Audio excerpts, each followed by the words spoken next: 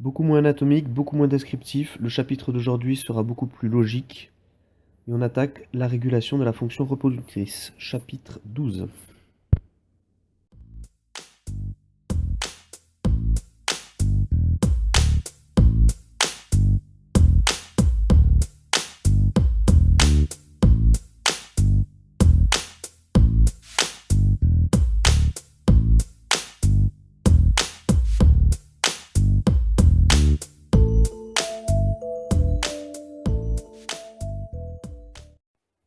Le fonctionnement du testicule ou de l'ovaire est extrêmement important pour notre vie.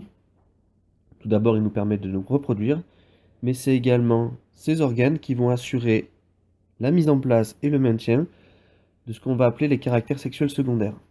Donc on va se pencher sur la problématique suivante. Comment le complexe hypothalamo-hypophysaire permet le contrôle des activités reproductrices chez l'homme et chez la femme. Grand 1. Le complexe hypothalamo-hypophysaire. Petit 1. Hypothalamus et neurohormones. L'hypothalamus est une structure de notre système nerveux central. Il va être donc en partie composé de neurones. L'hypothalamus est un organe qui est chargé de la gestion de certaines de nos émotions et de nos comportements. C'est par exemple lui qui est chargé de gérer la peur, la régulation de notre température, notre horloge biologique ou encore la faim. C'est un organe qui sécrète des neurohormones, c'est-à-dire des hormones qui sont synthétisées par des neurones. Une de ces neurohormones est la gonadolibérine, qu'on appellera la GnRH. Elle va être libérée par l'hypothalamus dans le sang, et c'est cette hormone qui va permettre le contrôle de l'activité hypophysaire. Cette hormone n'est pas libérée en continu mais par pulse. Petit 2, l'hypophyse. L'hypophyse est une glande qui va être située juste en dessous de l'hypothalamus. Elle se divise en deux parties, la post-hypophyse et l'antéhypophyse. Ici, on va s'intéresser uniquement à l'antéhypophyse. Son rôle principal va être de commander d'autres glandes à différents endroits du corps. Parmi ces glandes, elle va notamment contrôler l'activité de nos organes sexuels, plus précisément de nos gonades.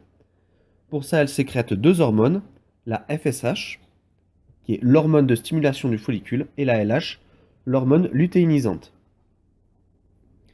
Tout comme la GnRH, ces hormones sont sécrétées par Grand 2, régulation de la fonction reproductrice chez l'homme.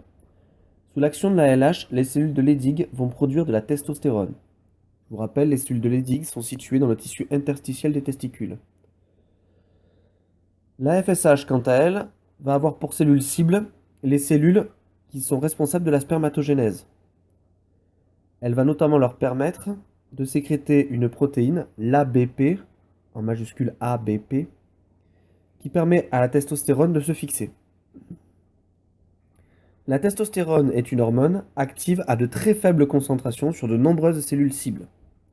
On va avoir les cellules musculaires, certaines cellules du cerveau, bref, beaucoup de cellules cibles pour la testostérone. Elle est très dangereuse pour l'organisme si elle est sécrétée en de trop grandes quantités. C'est pourquoi il est important pour l'organisme que la concentration plasmatique de la testostérone soit extrêmement bien régulée.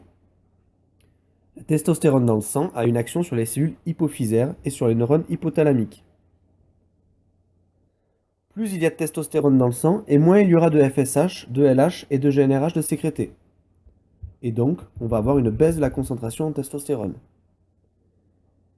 Inversement, si jamais il n'y a pas assez de testostérone, on aura plus de FSH, LH et de GnRH sécrétés, donc plus de sécrétion de testostérone. On parle d'un rétrocontrôle négatif. Grand 3, contrôle de l'activité ovarienne. Petit 1, durant la phase folliculaire. Durant cette phase qui commence le premier jour des menstruations, la FSH va agir au niveau des ovaires où elle permettra la croissance du follicule. En effet, un des follicules secondaires sur un des deux ovaires va commencer son développement au début du cycle. La LH permet la synthèse d'œstrogènes. Les œstrogènes vont permettre la croissance de la muqueuse utérine, qu'on appelle également l'endomètre, qui va s'enrichir en mucus et en glandes. Les œstrogènes sont également responsables de l'apparition et du maintien des caractères sexuels secondaires. Les œstrogènes exercent un rétrocontrôle négatif sur la production de GnRH, LH et de FSH. Cependant, Au cours de la phase folliculaire, la FSH permet la croissance du follicule qui va donc sécréter de plus en plus d'œstrogène. Arrivé à une certaine concentration d'œstrogène dans le sang, ceux-ci ne vont plus exercer de rétrocontrôle négatif mais un rétrocontrôle positif sur l'hypothalamus et l'hypophyse. Les concentrations d'œstrogène, de LH et de FSH vont donc augmenter de manière très importante. Au 14e jour, la concentration de LH présente un pic. Ce pic permet l'ovulation, on parle de décharge ovulante. À ce moment, la forte concentration en œstrogène permet une forte production de glaire cervicale au niveau du col de l'utérus. Cette sécrétion permet de faciliter le passage des spermatozoïdes du vagin jusqu'à l'utérus en période ovulatoire et également de bloquer les spermatozoïdes mal formés. Hors de la période ovulatoire, la glaire cervicale ne laisse pas passer les spermatozoïdes. Petit 2, pendant la phase lutéale. Après l'ovulation, le follicule est partiellement oblitéré. La concentration en œstrogène chute brutalement, tout comme les concentrations de LH, FSH et GnRH. La LH permet cependant à ce moment la transformation des restes du follicule en corps jaune. Cette structure va permettre la synthèse et la libération d'œstrogène, mais également de progestérone. Œstrogène et progestérone vont agir ensemble pour favoriser l'invagination de la muqueuse utérine. Cette invagination va permettre à terme l'implantation de l'embryon. Pendant cette période, c'est la FSH qui permet la synthèse de progestérone et la LH qui permet la synthèse des œstrogènes. La progestérone seule permet également le maintien de l'endomètre.